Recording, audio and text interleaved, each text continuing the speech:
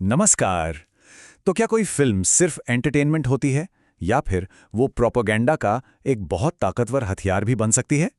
आज हम एक बहुत ही पॉपुलर YouTube वीडियो के एनालिसिस को समझने की कोशिश करेंगे जो फिल्म धुरंधर 2 पर कुछ ऐसे ही बड़े गंभीर सवाल उठाता है। चलिए देखते हैं कि उनका दावा आखिर है क्या। उस वीडियो का सबसे बड़ा और सबसे चौंकाने वाला दावा ये कि ये फिल्म असल में कोई फिल्म है ही नहीं, बल्कि ये बीजेपी का आज तक का सबसे महंगा इलेक्शन एड है। अब ये एक बहुत बड़ा आरोप है, तो चलिए समझते हैं कि इस दावे के पीछे क्या तर्क दिए गए हैं। तो सवाल ये उठता है कि आखिर वो कौन सी लाइन है जिसे पार करने पर एक फिल्म आर्ट से प्रोपेगेंडा बन जाती है। मतलब वो कौन सी बारीकियां हैं, कौन सी तकनीकें हैं जो हमारे सोचने के तरीके को बदल सकती हैं। उस सोर्स वीडियो के तर्कों के आधार पर हम इसी सवाल का जवाब ढूंढने की कोशिश करेंगे। तो चलिए शुरू करते हैं पहले पॉइंट से। वीडियो के मुताबिक प्रोपेगेंडा की शुरुआत फिल्म की कहानी से नहीं, बल्कि उसके डिस्क्लेमर से ही हो जाती है और इसे वो एक लीगल चीट कोड का नाम देते हैं। अब यह है क्या, चलिए समझते हैं। वीडियो का तर्क है कि ये जो लाइन है ये सच और फिक्शन को मिलाने का एक बड़ा ही चालाक कानूनी तरीका है।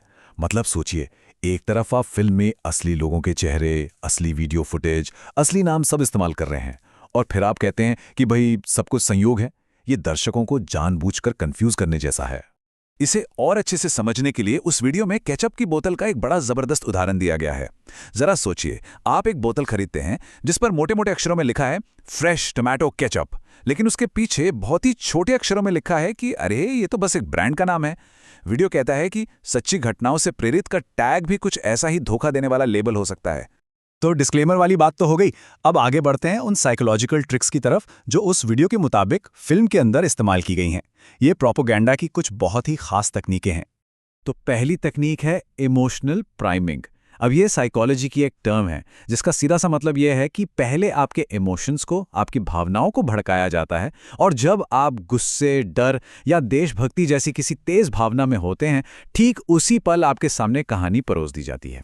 वीडियो में इसे समझाने के लिए एक हलवाई का बड़ा ही मजेदार उदाहरण है। मान लीजिए कोई आपको पहले जबरदस्ती एक तीखी मिर्च खिला दे। अब आपका मुंह जल रहा है और ठीक उसी वक्त वो आपको मिठाई ऑफर करे। आप क्या करेंगे? फौरन खरीद लेंगे, है ना? बस वीडियो का तर्क है कि फिल्म भी हमारे इमोशंस के साथ कुछ ऐसा ही खेल खेलती है। अब देखिए दूसरी तकनीक। वीडियो इस बात पे ध्यान खींचता है कि कैसे फिल्म का जो मेन विलन है वो प्रधानमंत्री की तारीफ कर रहा है और ये डायलॉग उनके मुताबिक कोई इत्तेफाक नहीं है, इसे जानबूझकर रखा गया है। इसके पीछे की साइकोलॉजी भी बड़ी दिलचस्प है। देखिए, अगर हीरो तारीफ करे तो वो तो नॉर्मल सी बात लगेगी, पर जब आपका सबसे बड़ा दुश्मन, आपका कट्टर दुश्मन आपकी ताकत को माने, तो सुनने वालों के दिमाग में वो इमेज कई गुना ज्यादा पावरफुल हो जाती है। ये कहानी कहने का एक बहुत ही चालाक तरीका है। तो ये तो हुई मनोवैज्ञानिक तरकीबें, पर अब हम उस हिस्से पर आते हैं जहां वीडियो ये दावा करता है कि फिल्म ने सीधे सीधे फैक्ट्स के साथ, यानी कि तथ्यों के साथ छेड़खानी की है। मतलब फिल्म बनाम असलियत। यहां एक बड़ा कॉन्ट्रडिक्शन दिखाया गया है।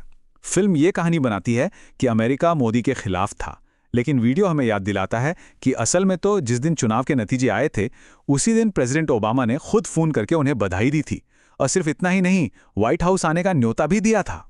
वीडियो के एनालिसिस के हिसाब से फिल्म एक ऐसी दुनिया दिखाती है जहां देश के अंदर के ही कई ग्रुप्स, जैसे कि एनजीओज, मीडिया, यूनिवर्सिटीज और तो और सोशलिस्ट लोग भी विदेशी ताकतों के इशारों पर नाच रहे हैं।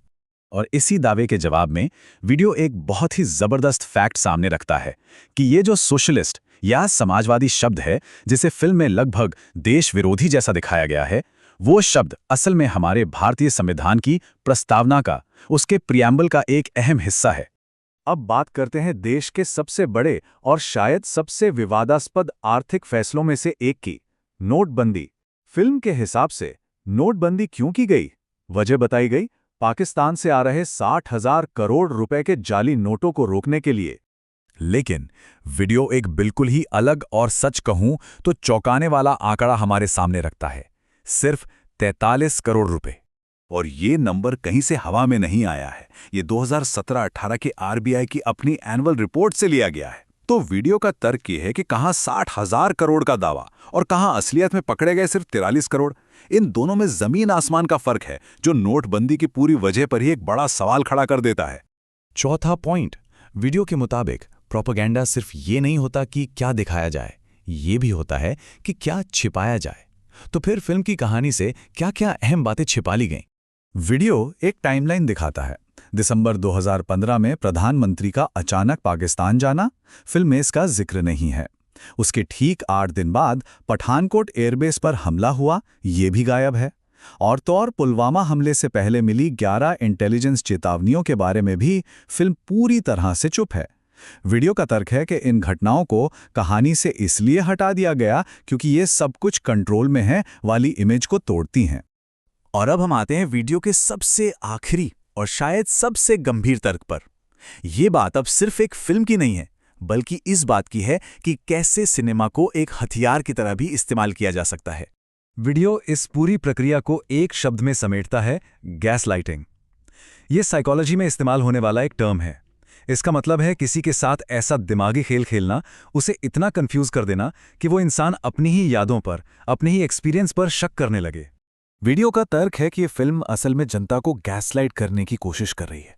उन घटनाओं को दोबारा से लिख रही है जिन्हें करोड़ों लोगों ने अपनी आंखों से देखा है। चाहे वो नोटबंदी के बाद लगे एटीएम की लंबी लाइनें हों या पुलवामा हमले से जुड़ी वो बातें जो परेशान करती हैं। मतलब फिल्म एक तरह से दर्शकों से ये कह रही है कि जो आपने देखा, जो महसूस किया, वो सच नहीं था। असली कहानी तो ये है जो हम आपको दिखा रहे हैं। और आखिर में वीडियो मीडिया की ताकत और उसकी जिम्मेदारी पर एक बड़ा सवाल खड़ा करता है कि इस ताकत का इस्तेमाल 2 तरीकों से हो सकता है। एक तो लोगों तक सच पहुंचाने के लिए, और दूसरा प्रोपेगेंडा फैलाकर उनकी सोच को अपने हिसाब से मोड़ने के लिए। तो वीडियो हमें इसी एक सोच में डालने वाले सवाल के साथ छोड़ जाता है। और ये सवाल अब हमें खुद से पूछना होगा कि अगली बार जब हम कोई फिल्म देखें तो जरा रुककर सोचें कि ये जो हम देख रहे हैं, ये पीक सिनेमा है या फिर पीक एडवर्टाइजमेंट।